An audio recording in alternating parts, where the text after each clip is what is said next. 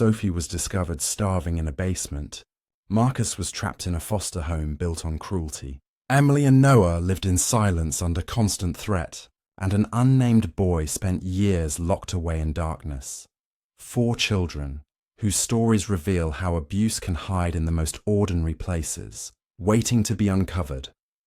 The house on Willow Street looked like every other home in the neighborhood.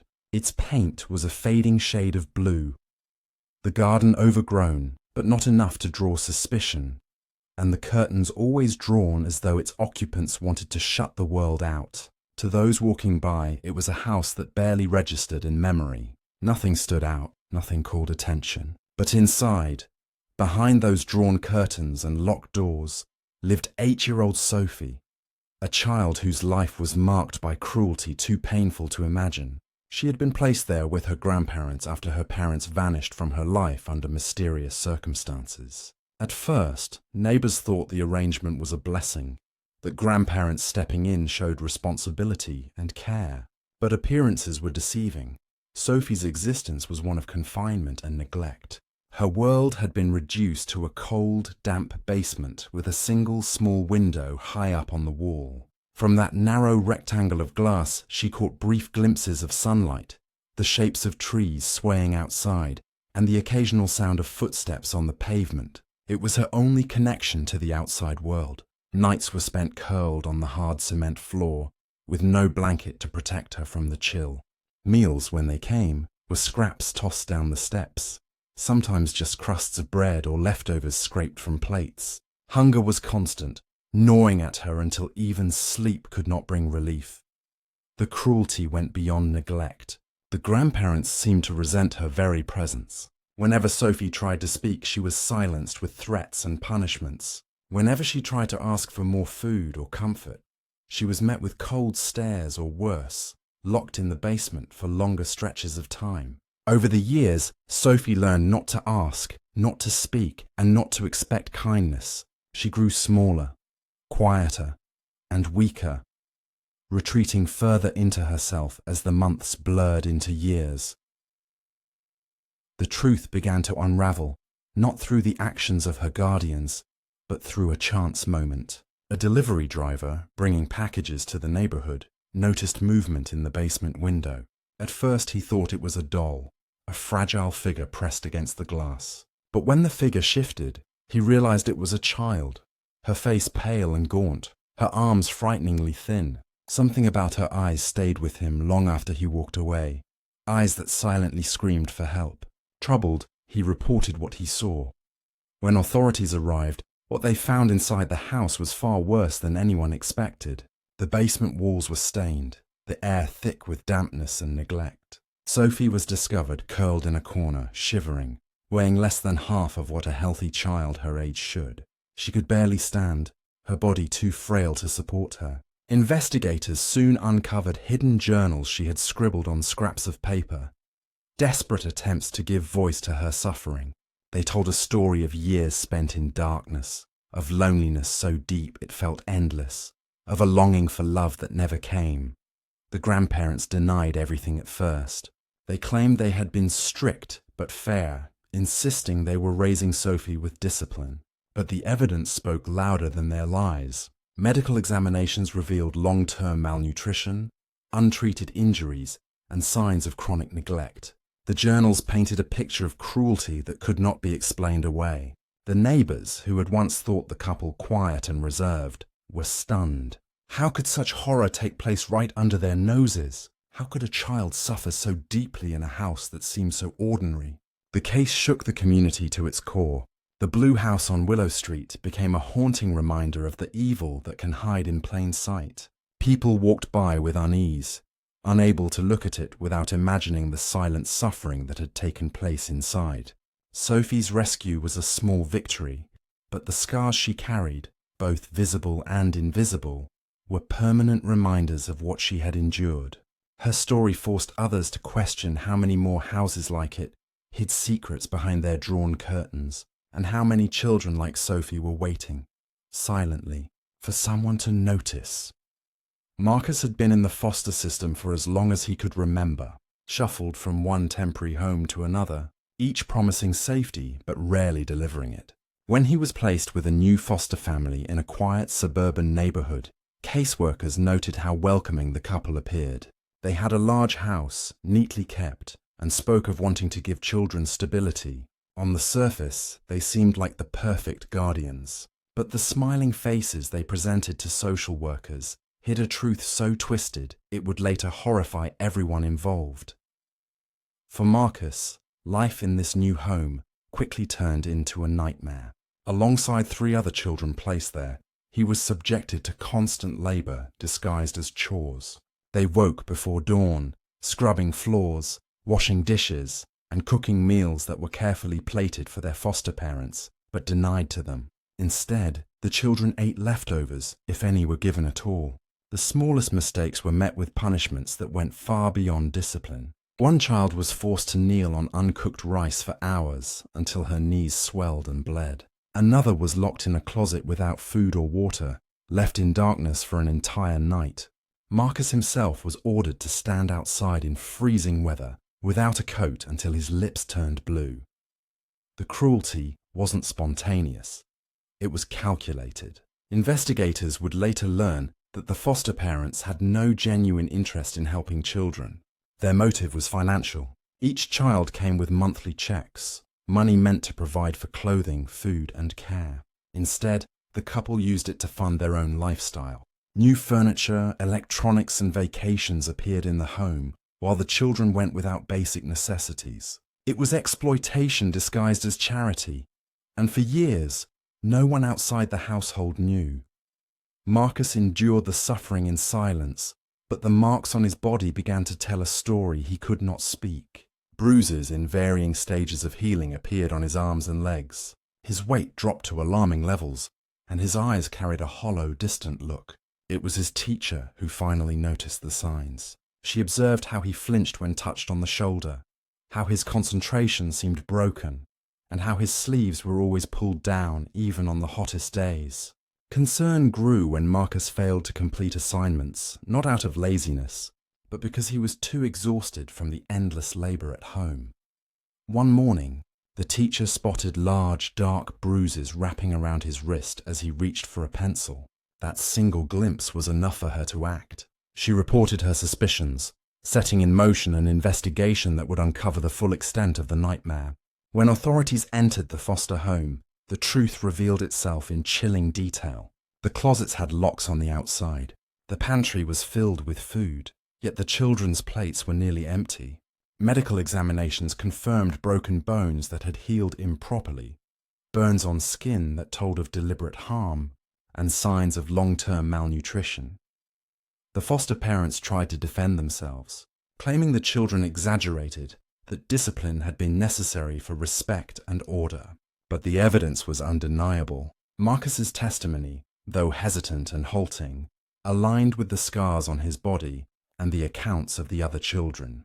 Their words painted a picture of years stolen by calculated cruelty, of a home that had become a prison.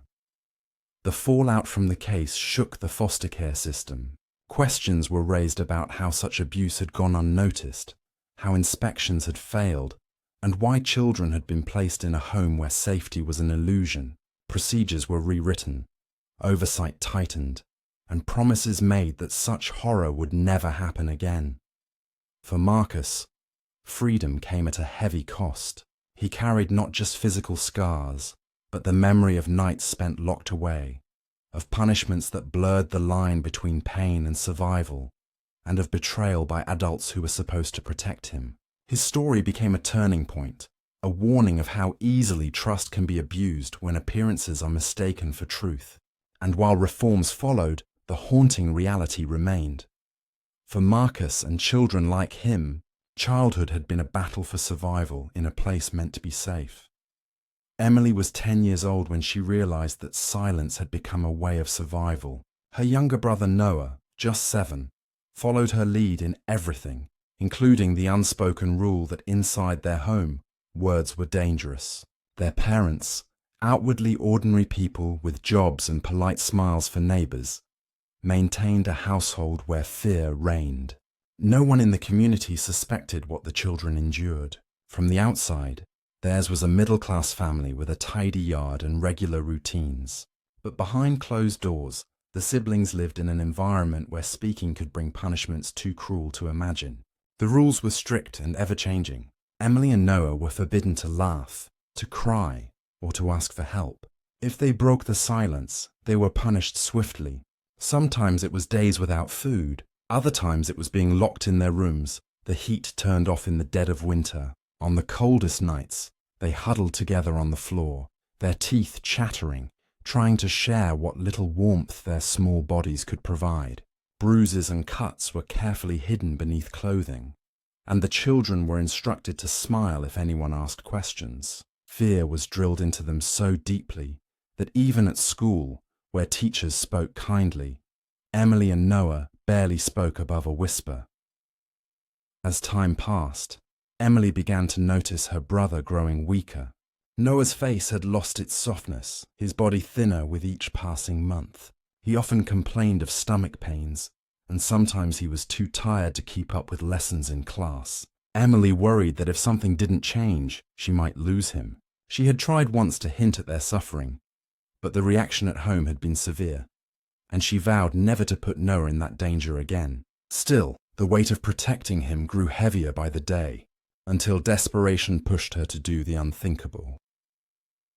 Late one afternoon, while their parents were distracted, Emily scribbled a message on a scrap of paper. The note was short, no more than a plea written in her shaky handwriting. "Help us. We are not safe here." With trembling hands, she folded it and tucked it into an envelope she found in the kitchen. On her way back from school the next morning, she slipped the note into a neighbor's mailbox, praying someone would read it and believe her. She returned home terrified, unsure if she had just saved her brother or signed their fate.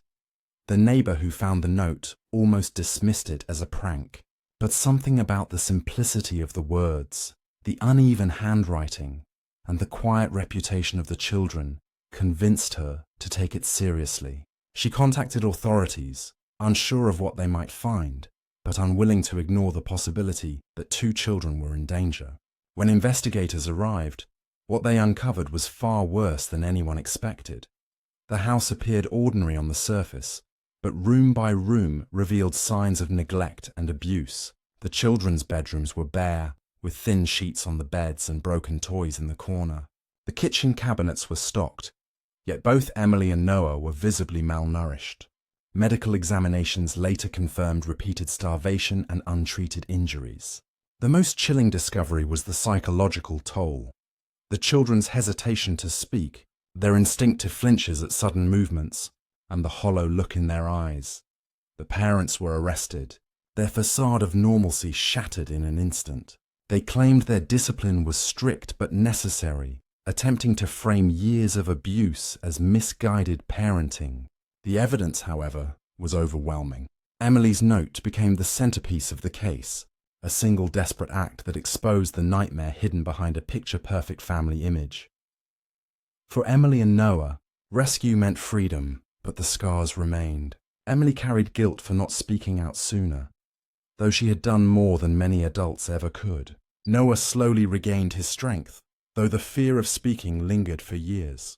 Their story became known as one of extraordinary bravery, a reminder that even in silence, hope can survive. Emily's courage to act in the face of danger not only saved her brother, but also revealed how much suffering can be concealed behind walls that look just like any other. In the end, her small note carried a weight far greater than she could have imagined, breaking through years of cruelty with 7 words that changed their lives forever. The raid began as part of a routine sweep. Authorities had received reports of drug activity in an abandoned home on the outskirts of town, a place where few dared to linger.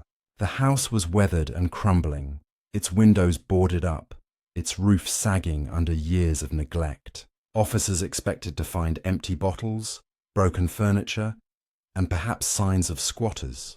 What they did not expect was the locked door at the end of a narrow hallway, a heavy padlock securing it as though something inside had to be kept hidden. The silence behind it was unsettling, too still for a place supposedly abandoned. When the lock was cut and the door forced open, The officers found themselves face to face with a reality so shocking that even seasoned investigators froze in disbelief.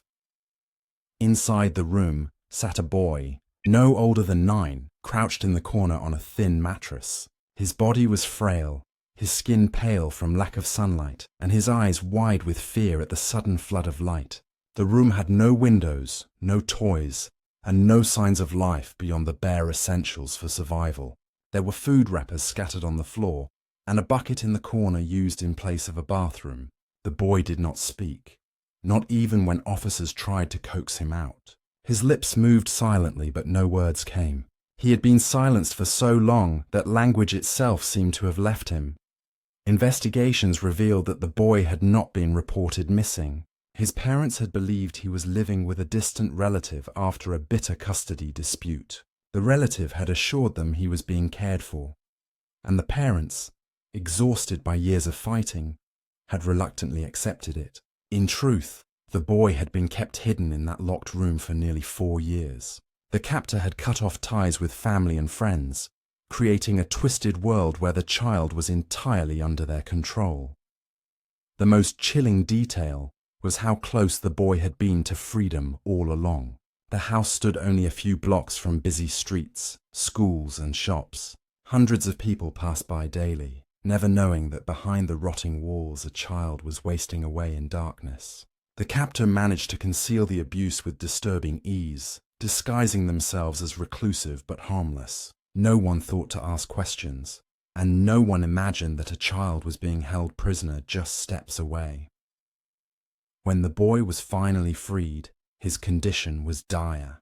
Malnutrition had stunted his growth, his muscles had weakened from lack of movement, and his speech had nearly disappeared. Doctors worked to restore his health, but the psychological damage was far deeper.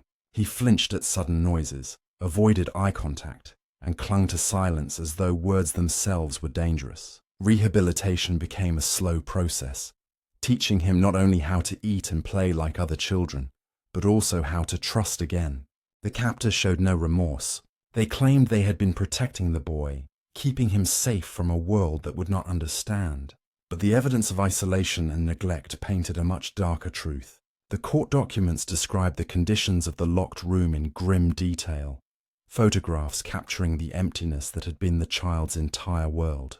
The captor was sentenced to years in prison, but many felt no punishment could ever erase the cruelty inflicted. The story spread quickly, capturing headlines and haunting readers with its grotesque simplicity.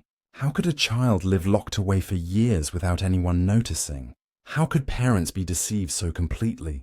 These questions lingered long after the boy's rescue, reminders of how fragile trust can be, and how easily cruelty hides behind ordinary facades. For the boy, freedom was both a gift and a challenge. He entered a world he barely remembered, filled with sights and sounds that overwhelmed him. His reintroduction to life was painful, but every small step forward, speaking a new word, running in a park, holding a toy in his hand, was proof of resilience. His case became one of the most haunting examples of stolen childhood, a reminder that sometimes the darkest horrors unfold, not in distant places, but just beyond the walls we walk past every day. The stories of Sophie, Marcus, Emily and Noah, and the boy found in the locked room were different in their details, yet bound together by one devastating truth. Child abuse often hides where no one is looking. Each child lived in plain sight of neighbors, teachers, or relatives, yet their suffering remained invisible until chance, courage, or persistence pulled the truth into the light. The cases shocked entire communities, not only because of the cruelty involved, but because of how ordinary the settings were. These horrors were not discovered in remote places or hidden institutions, but in suburban homes, foster families, and neighborhoods that seemed perfectly normal. That was perhaps the most unsettling part, how easily darkness disguised itself as everyday life. Sophie's ordeal in the basement revealed the dangers of isolation. She had been cut off from the world, reduced to a ghost behind a window too small for anyone to notice unless they looked closely. Her rescue showed how a single moment of awareness, a delivery driver pausing at the right time, could expose years of suffering. Without that moment, she might have remained trapped indefinitely, her pain silenced by walls that concealed everything. The journals she kept were heartbreaking reminders of how even a child can cling to hope in the bleakest conditions, writing words that she never expected anyone to read. Yet that became evidence of the cruelty she endured.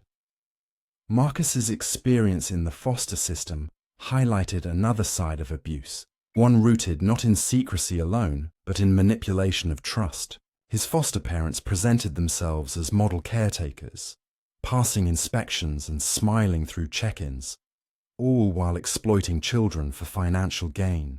Their cruelty was not impulsive but deliberate, built around extracting money while stripping children of dignity. Marcus's scars, both physical and emotional, spoke to years of punishment carried out under the guise of discipline. His case forced those in authority to confront uncomfortable questions. How many others were still suffering in silence, trapped by a system that failed to protect them? Emily and Noah's story was perhaps the most haunting in its simplicity. Their parents had no need to disguise themselves as anyone other than an ordinary family. They went to work, waved at neighbors, and maintained a house that appeared normal. No one suspected that the children inside were forbidden to speak, punished for the smallest sound, and starved into silence. The fact that it was Emily, a child herself, who broke the cycle with her desperate note showed how fragile yet powerful courage could be. In just a few words, she altered the course of their lives, proving that even the youngest victims could take a stand against unbearable cruelty. The boy in the locked room embodied the most chilling form of hidden abuse, captivity in plain sight. He was never reported missing, never searched for, and yet he was only blocks away from a bustling community. People walked past the house every day, unaware that a child was being erased from life inside its walls. His silence was not only forced but also absorbed, as though he had forgotten what freedom felt like. When he was finally discovered, his blank stare told a story far louder than words ever could. These cases, though fictionalized, reflect the darkest possibilities of human behavior and the tragic consequences of indifference. They remind us that abuse thrives in silence, in secrecy, and in the spaces where people assume everything is fine. The scars left behind are not just physical, they live in the memories of those children, shaping how they see the world long after the abuse has ended. For Sophie, Marcus, Emily, Noah, and the boy, rescue brought freedom, but healing would take a lifetime. What makes these stories difficult to believe is not only the cruelty itself, but how ordinary the surroundings were. Evil did not appear in monstrous forms, but hid behind polite smiles, tidy homes, and the illusion of normalcy. Each case is a warning that vigilance and compassion are not optional but necessary. The difference between a child continuing to suffer and a child being saved often rests on someone noticing, someone asking, or someone daring to intervene. The shadows of these children's experiences linger not as ghost stories but as reminders. They ask us to look closer at the world around us, to question the silence, and to remember that behind closed doors, lives can be unraveling. The haunting reality is that abuse rarely announces itself. It whispers in bruises hidden by sleeves, in silence mistaken for shyness, in windows too small to notice. And unless someone is willing to see, those whispers remain unheard.